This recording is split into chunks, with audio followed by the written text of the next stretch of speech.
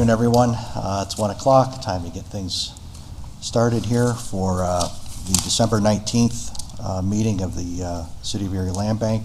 I'd like to start the meeting off by seeking a motion to approve the agenda and the minutes from our November 21st meeting. I'll make that motion. Thank you, Chuck. I'll second it. Second by Deb. All in favor? Aye. Aye. That will take us to citizens' comments. Do we have any citizens, Aaron, that requested comments? No citizens, but you want to do the finance report? Yes, let's do that.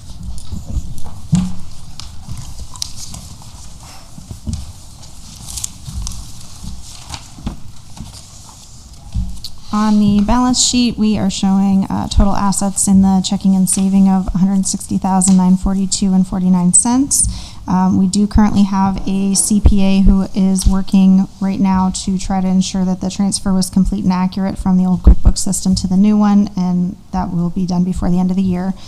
And she's also helping us with establishing the escrow account for the development of properties escrows that we have to hold on to. We do have funds sitting in an account for that, in a separate account, but just making sure that they are being recorded accurately in QuickBooks for accounting purposes.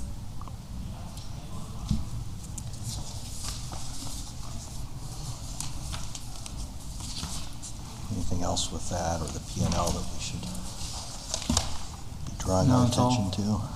Moving forward, conveying properties, still waiting on the acquisition of some of the ones we've filed condemnation on, but everything else is looking pretty good. Okay.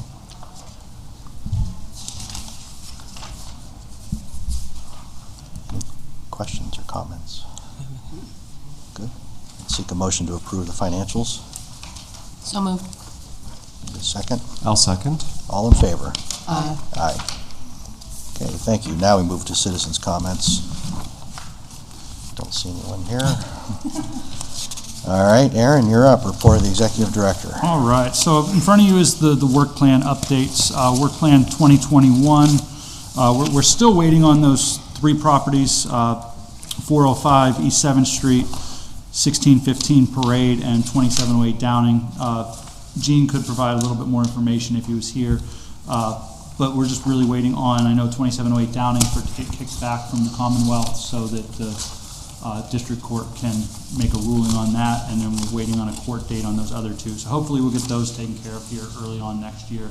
As far as work plan 2022, anything that's been under demolition for the most part is down, with the exception of 43032 Cascade, which is the commercial property. They were doing the asbestos. As far as we're aware, the asbestos is completed, the abatement on that, and we're just waiting on demolition to start on that old corner bar. And then the 25 properties that we filed condemnation on in June, we have a court date, January 17th, to go through the value of hearing a value on those properties so that we can hopefully move forward with completing the evaluations and getting ones under contract for demo and out for redeveloper proposals at that time. And then we did end up acquiring on Work Plan 2023 11 properties off the judicial tax sale of the original 15 that the board accepted for us to put option agreements in on. So we'll be waiting for McDonald Italy to complete the transfer of those over to the land bank, and then we'll be working with Gene and his team to make sure that we do any quiet title action and inheritance tax that will be needed to make sure that those titles are ready for conveyance within the next 6 months. I'm sorry, Aaron, how many? What was the number? 11. 11 of the on the Yes. work plan. Okay, great. And then as we move forward in the January, we're going to start looking at the blighted property list and trying to identify the other properties that we will put before the board for their approval for condemnation activities as part of the 2023 work plan. And as I'd said back a couple months ago, we'll certainly look to focus more on some of the properties around commercial corridors and outside on that south of 26th Street area that was identified as kind of a tipping point neighborhood, which we've seen an increase in blight over the last several months. That is my report. Okay, thank you for that. Any comments or questions? nice to hear we're getting a jump start on the next year, so it's good to hear. Yeah, with the current time frame for getting court dates, we certainly want to get them identified and into the court system as quickly as possible. Right now, we're well into 6 months on the list from June, so. Okay. Okay, very good. That takes us to solicitor's report then. Was Gene gonna try to make it today, or do you want to? He didn't reach out. Like I said, the 25 is, we have a court date in June. There's a couple outliers as far as the one on State Street. The bank that holds the mortgage on it has tried to file preliminary objections. They have responded to those through the court. Judge Brabender is going to hear those preliminary objections along with the preliminary objections from Buffalo Road, 1310. I can't think of his name. He's currently incarcerated in Warren County, and judge is asking him to attend in person, so he will be there on January 17th to speak on his behalf of his preliminary objections. So, Okay. and then, like I said before, with the three, and Locust Street as well have filed preliminary objections. So those will all be held and heard on January 17th. Okay. Locust Street is a group of investors out of Texas utilizing an attorney out of Greensburg on a property they've owned for over 10 years that they have not made any improvements to.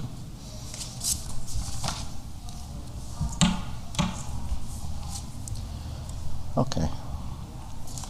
And I will reach out to Gene and see if he had an Yeah, if official there's anything report. significant that we need Yeah. to know about, just email us. Okay. Yeah, thank you. Okay, it moves us to unfinished business and new business. Parade Street. All right.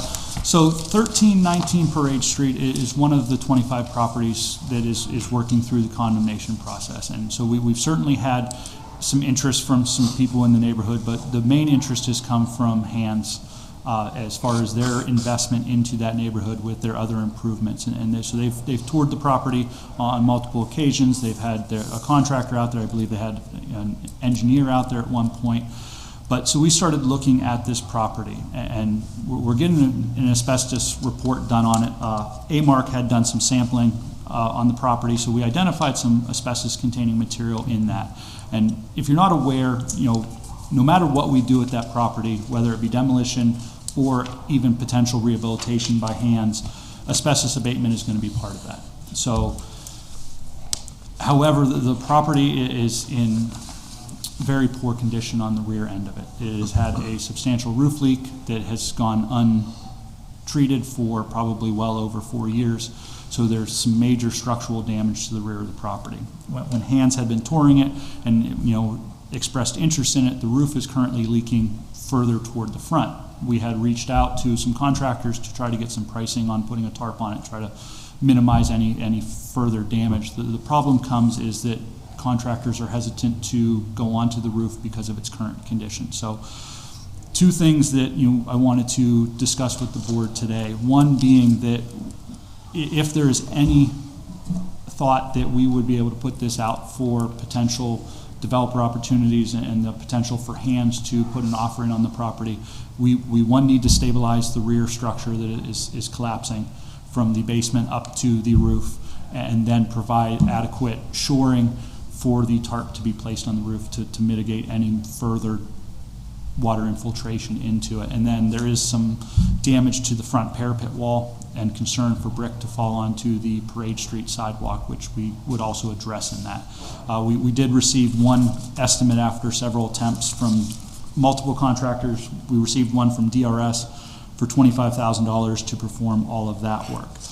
And then Hands had provided, they had received a price from AMARC Environmental, and we can move forward with getting estimates from contractors once we get our official asbestos abatement report back, which is being completed this week, next? Yeah, she did. She was in November. Okay, so we should have that report back in early January, and we can certainly put out for bid the asbestos abatement as well. But we have to do the asbestos abatement, whether we demolish it or Hands rehabilitates it, the asbestos abatement's gonna have to be done. And in order for that to be done, there's gonna have to be shoring. So we're almost stuck with the point that we have to shore the building up and we have to abate the asbestos. Because I don't think there's any way that, you know, a demolition contractor can go in and abate the asbestos without providing some kind of shoring for that activity to occur. It's too dangerous. Wow. So this quote from A-Mark is based, you said they haven't completed the survey yet, but they've put in a bid based on what they found so far? Yes. Is that what you're Yeah, saying? based, based on some spot sampling that he Yeah. performed while he was in the property and some assumptions that the remaining part of it would come back as positive off those samples. So that's where his estimate comes from. So we're in for $49,000 regardless, is what you're suggesting. Yeah, I know, and I can tell you, you know, Hands is extremely interested in the property, and it does meet, you know, what they look at doing and how they want to complete that renovation on the Parade Street, that, you know, and the investment they already have. However, you know, their investment on top of all of this would be, you know, unknown if we didn't do something to the Do property. we have an idea what the value of the property is and or what the sale price might be? We do not. We do, what was it, did we have a hearing? What was our value on that? Do you recall? I'm just trying to do the math in my head. This is Yeah, so I think our appraisal came back at 5,000. That was without entry into the property. So our just compensation at the hearing of value will more than likely be issued at $5,000, unless we go back in and get a updated appraisal. Which is a good idea a lot of times. Is there a way that we can firm up a commitment from Hands, some sort of agreement with a contingency? We could certainly go that route if that's the way the board would like to go. We could put the property out for proposals as we would, you know, and just kind of entertain that interest from everybody and be equitable across the board, allow Hands to put in an offer for the property and then have that agreement with them.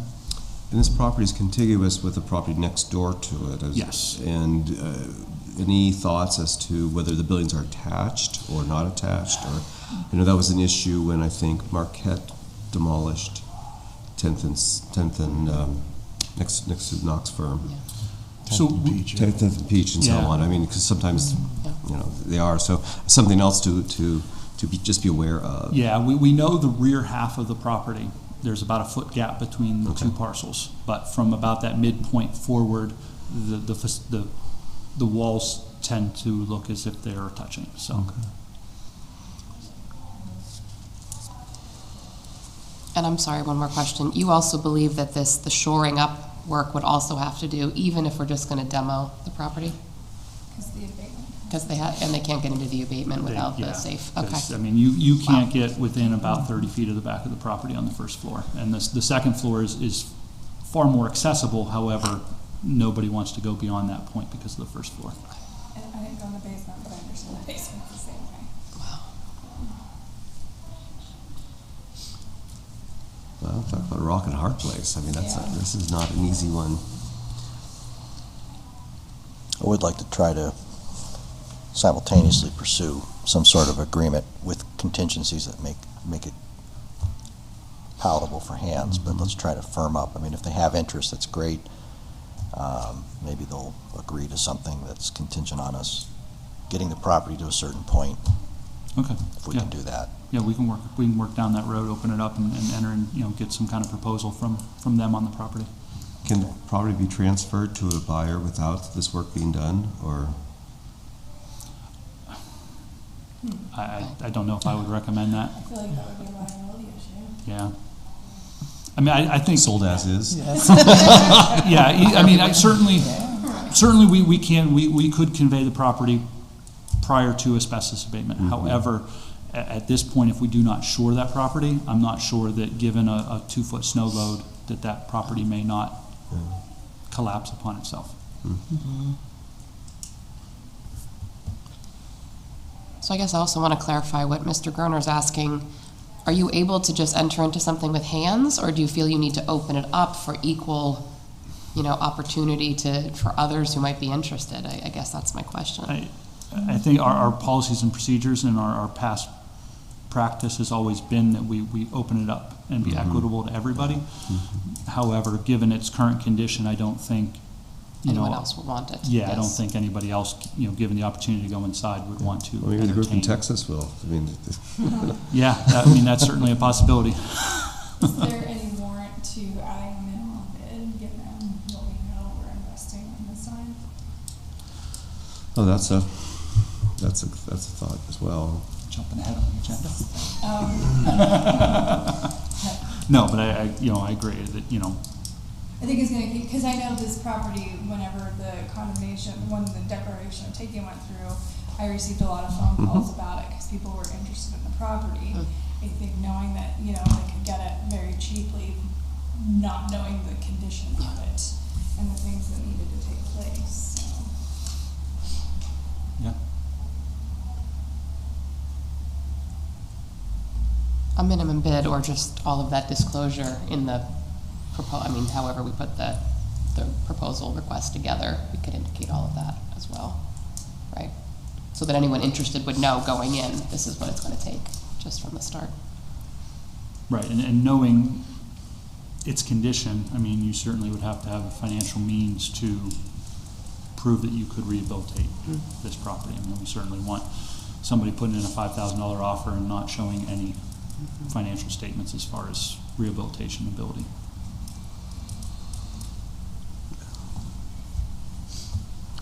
Okay.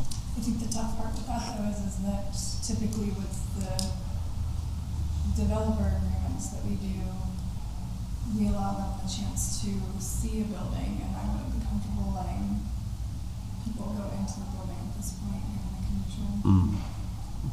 Oh, yeah. Unless, again, we just explain to them what everything is. I guess we could go in and get photographs. And there's a vacant lot on the corner, and do we know who owns that? And The same owner as the property that we are, the same as 1319 Parade Street, it's the same owner. However, we're not, Was the owner. was the owner, and we're not filing condemnation against the lot. okay. It would seem to me by acquiring that lot, that building becomes more valuable. Yeah, and we can certainly work down that road. It's just the lot was never blighted.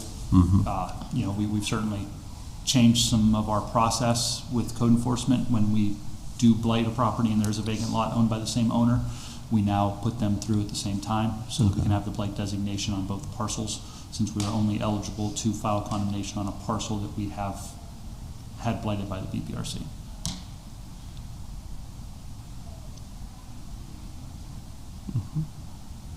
Well, I don't know what, we have to address it, Yeah. so that's what we do. Well, and helping whoever ends up with owning the building to acquire that lot, it just would make most sense in terms of, developing that corner. Right, absolutely. I think either through private purchase or it may eventually end up at tax sale, Okay. given the current situation. So are you looking for us just to approve moving forward with these estimates what's the ask? So right now, I would ask the board to at least allow us to proceed with stabilization and getting the tarp on the building to prevent any further damage to the structure, and then we can come back with the asbestos estimates once we have that completed environmental report. Yeah. I certainly, just wanted to provide the documentation to kind of explain what we were dealing with. Then I would, any further discussion or questions? I would seek a motion then to approve going forward with stabilization and tarping, securing the property as best we can until further estimates are. So that would be the DRS quote that's. Yeah. I'll make that motion. Thank you. I'll second it. All in favor? Aye. Aye. Any opposed? Okay. Before we go forward, do we want to circle back Yeah. to solicitor? Mhm. Aaron started to cover some of it. I don't know if. Yeah, I kind of tried to. Did you? Okay. That's, fill me in.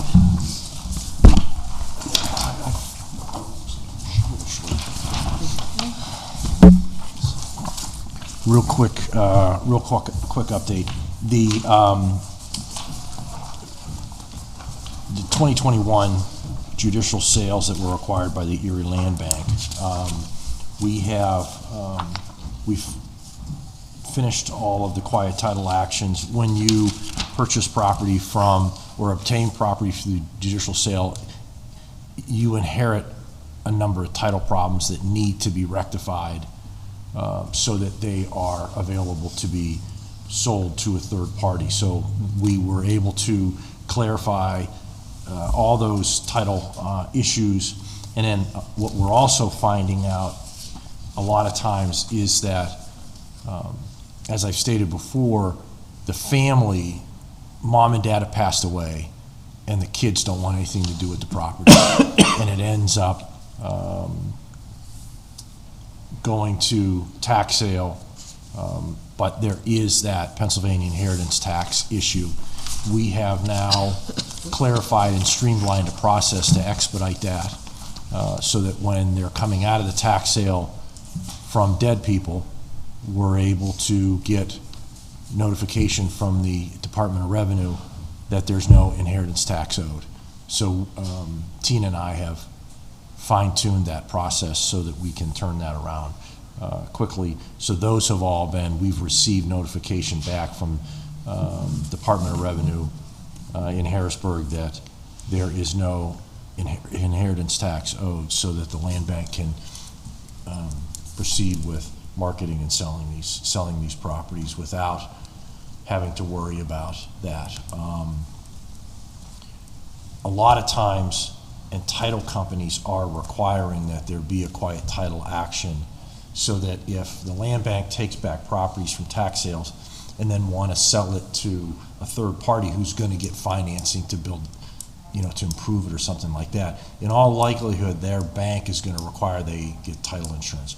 Well, we have to do that quiet title action because the land bank is the first party coming out of the tax sale. Okay, so there's been no buffer. So we're working through that process to expedite it so that the land bank isn't holding these properties for too long, because our intent is to get them to third parties, get them out the door. So we're working to expedite that. And I think that There we really, have... can I just pause right Yeah. there? There really isn't a good way to expedite that, though, is there? There's There's a certain process you have to go through. You have to give people an opportunity to object. You've right? got to wait. So you've got to wait 6 months after the tax Right. sale. I mean, I don't know how we expedite So that. what we're doing is during that interim time frame, we're starting the process. Let's find out Okay. what we have. Let's get the titles. Let's get the title searches. I Let's just want see. to make sure I understood what you're Yes. saying, because there's a certain, There is. you have to give people an opportunity. Mhm. You can't, Right. There's no going around that. But what we want to do is when that 6-month period of time ends, we've done all of our due diligence prep ahead of that. So when the 6-month period is done, we're right away filing the quiet title action. We know who needs to be served, what needs to be done, so that we can hopefully turn that quiet title action around in 60 to 90 days. Thank to you for get that, it out the 'cause door. in But my it- mind, I was thinking of the process itself, and it is what it is, so. Yeah, so you're exactly right. You can't, we're bound by certain timeframes, but I want my staff to be doing that due diligence work during that 6-month period of time. What I also wanted to do was to provide you with an update on page 2 of the transactions that have been completed or are working to be completed with regard to the land bank, to give you an idea as to what we've been doing, where we're going, and how we're going to get there. So we have a number of coming up here that we're hoping to turn around, certainly within the first quarter of 2023.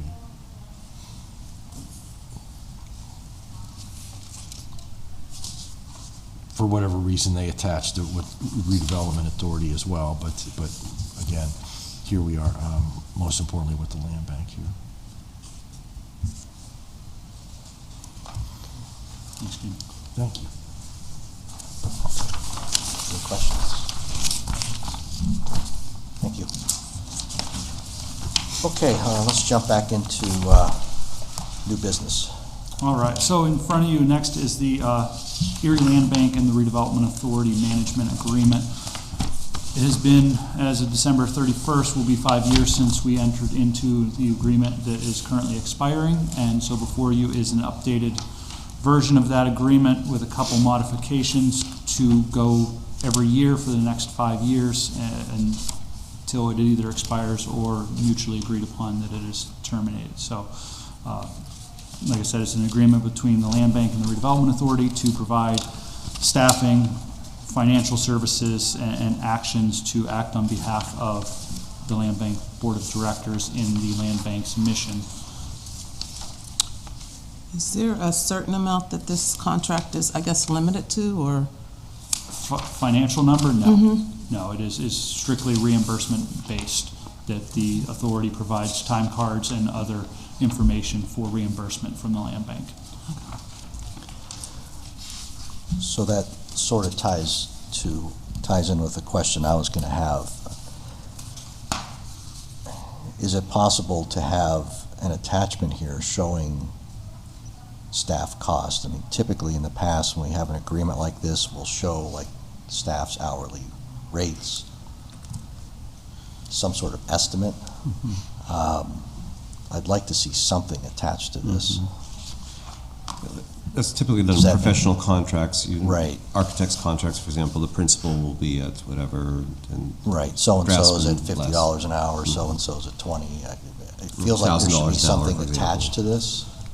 It doesn't have to be a complicated budget, but it just seems like there should be some numbers tied to this. Okay, so like an Exhibit A with hourly Right. rates by Yeah, I mean, position. it's more housekeeping than anything else. I mean, anytime I've seen one of these, there's always some sort of budget. Okay. Now, you want actuals or not to exceeds? Well, I mean, we have a sense of where we are year to date this year. And, you know, we certainly don't want to tie anybody's hands or create an unnecessary hurdle, but I think, again, for the sake of housekeeping, we should have an estimate and a not to exceed number, so then if we're closing in on that number, we at least know. And we can take corrective action.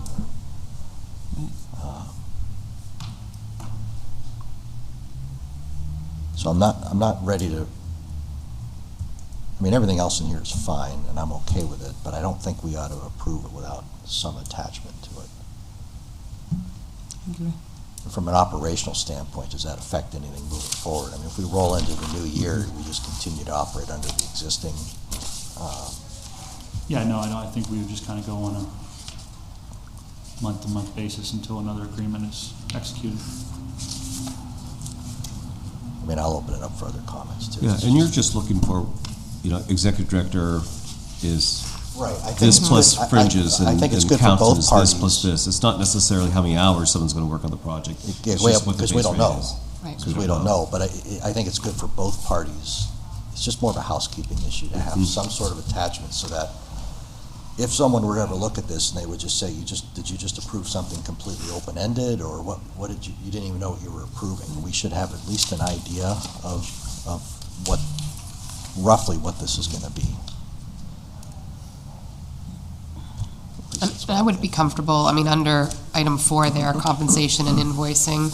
So the way I'm looking at that, you know, at least for staff costs, I could even be comfortable with just the rate there, because given the understanding we don't know how long, you know, projects take. So on that one, I could be comfortable with the rate for the staff. But then the share of administrative expenses, that one I would like to see a not to exceed, because I just feel like, you know, you probably have a decent sense of how much that is, and that's a place where I'd like to see a not to exceed number. But both, I'd like to see staff costs and then what that pro rata might be. Because we can always take an estimate like that or a not to exceed number like that and compare it to the prior year's P&L and say, okay, why is there I mean, they should be roughly in line. And if there's a sudden increase or decrease, at least we have a marker to gauge this by. Okay, I'll work, we'll put together some kind of exhibit for the agreement, and I'll circulate it to the board members. You can provide Okay. any input back on whether it's what you're looking for or not, and we can make some tweaks and then get that circulated again in January. Deb, is that sort of what you were? It was, yeah. Yeah, okay. Okay, thank you.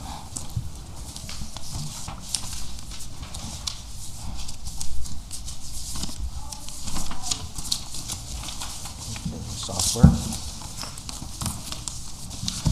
All right, so I guess I'll open it up and I'll pass it off to Mindy. So right now, currently, we track all of the land bank properties via Excel spreadsheets. And as you can imagine, as we continuously acquire more properties, that can get a little confusing, and there can be a lot of information missed and just some things that we want to clarify. So Mindy had asked if we could look at software, so she has done her due diligence and looked at several different options, so I'll pass it off to her for that information.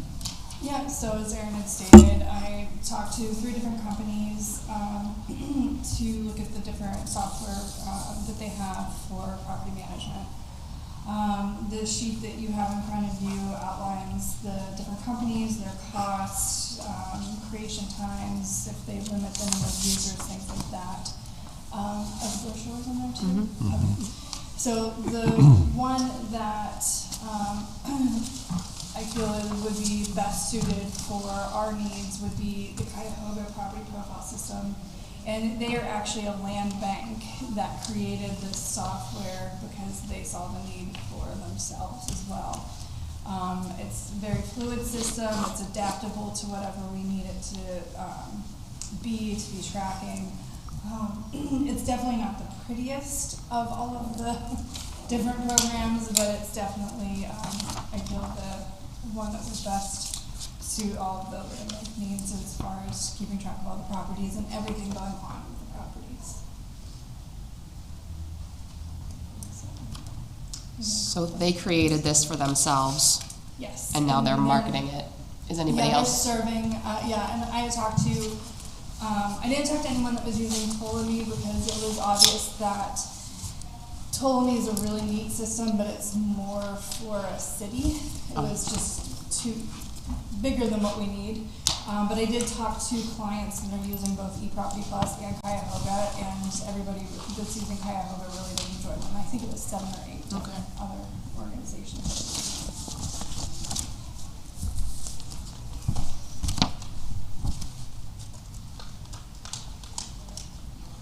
So the request to the board is that you would approve the land bank to acquire this software in cooperation and sharing with the redevelopment authority to share in the cost and the use of it so that we can manage land bank properties along with redevelopment authority properties and blighted properties to allow them to move through the system and be tracked as efficiently as possible. So the cost would be split down the middle between the redevelopment authority and the land bank.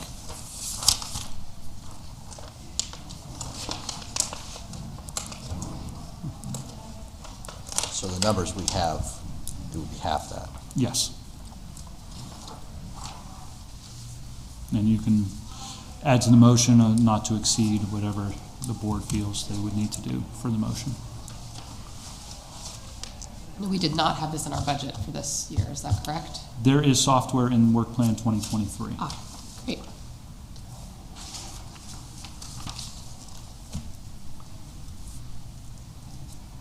I don't recall the dollar amount.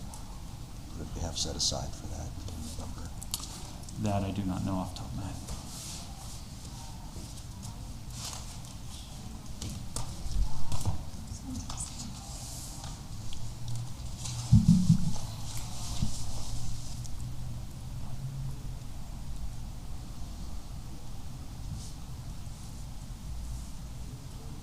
If the funds are set aside and it's not changing I think what we we've were already, around 30 set aside for 2023, 30,000 okay. for software. Well, I like the idea of cost sharing, the efficiency of that. If it's in the budget and it's covered, whatever tools help you do your job, we want to support that. So I don't have an objection to this. And the redevelopment authority will own the software, right? Will hold the licenses? Yes, the redevelopment authority will be the license holder of the software, and then the land bank will just reimburse the authority for use of the software.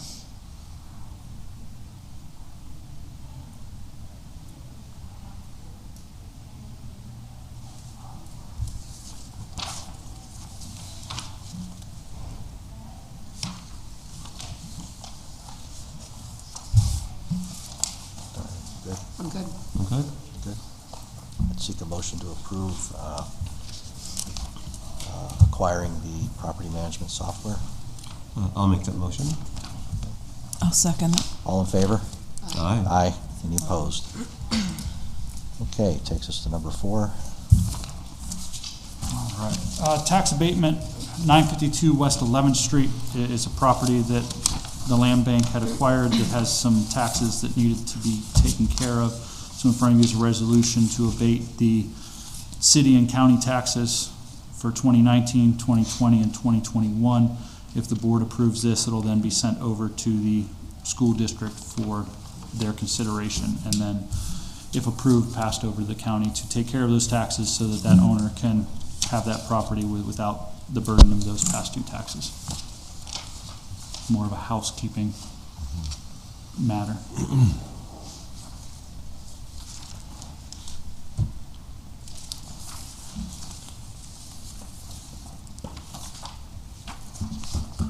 Anticipate any issues on your end? Me too. I would seek a motion to I'll make the motion. approve. I'll second it. There's only so many of us. Okay, all in favor? Aye. Aye. Thank you. Okay, motion carries. All right, so the last thing on the agenda for today is discussion of minimum sale prices, and Mindy had touched on that back under 1319 Parade Street.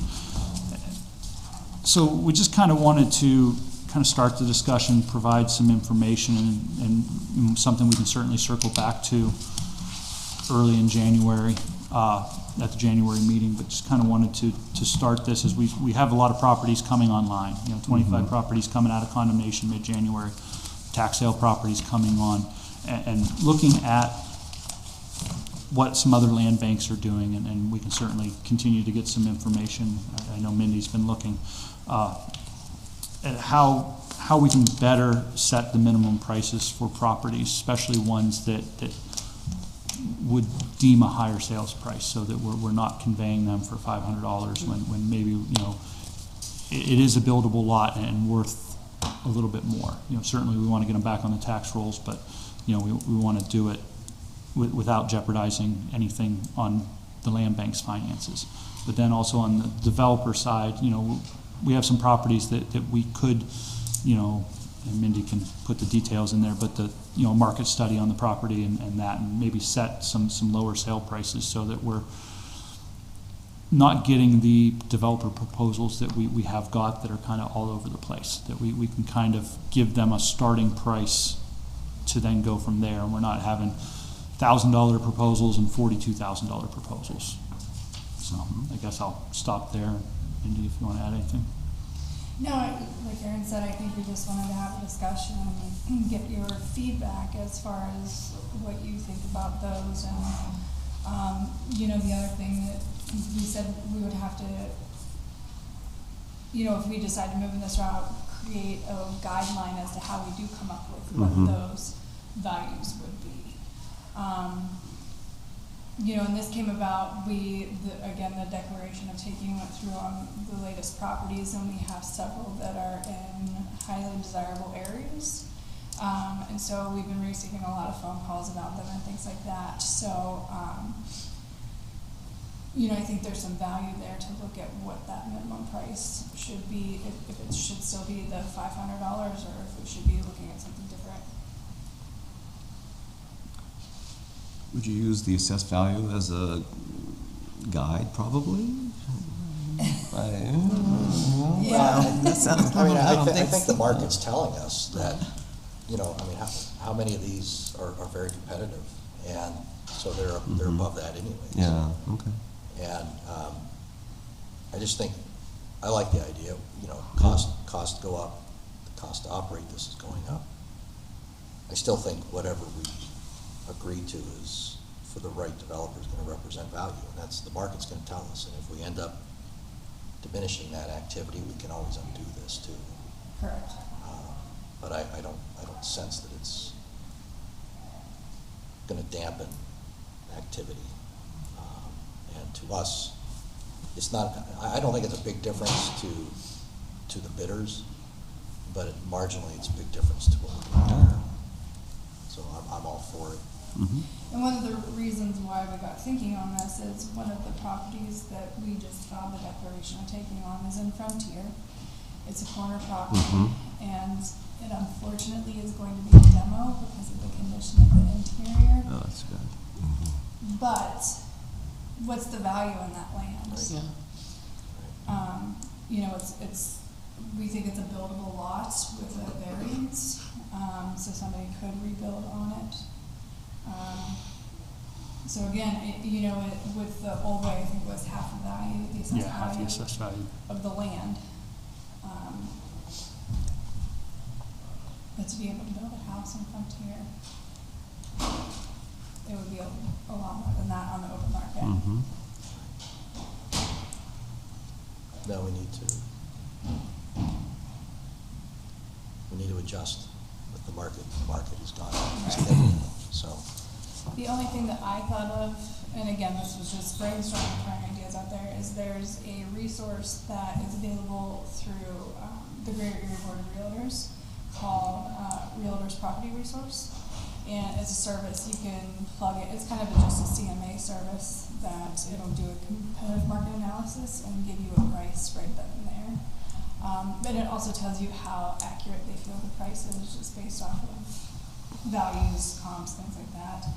I don't know if that's a resource we could use to establish some of these minimum prices for the properties or not. So, Could be, but I personally have a lot of confidence in your knowledge of the market. You're tied to this. You know what's going on out there. Yeah. And if we get a few months into this and we're not getting folks showing up, we'll adjust.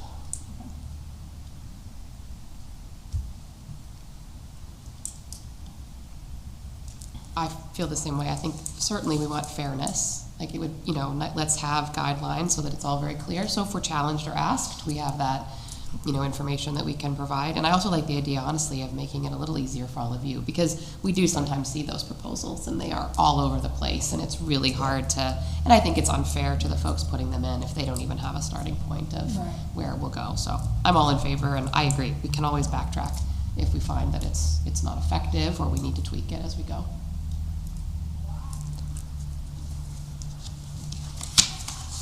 Okay, so is there anything, more information the board would like to see? Would you like us to draft maybe an amendment to the policies and procedures, a revision to, what is in front of you, the section 6 is straight out of our P&P, so we could. So we have something to approve.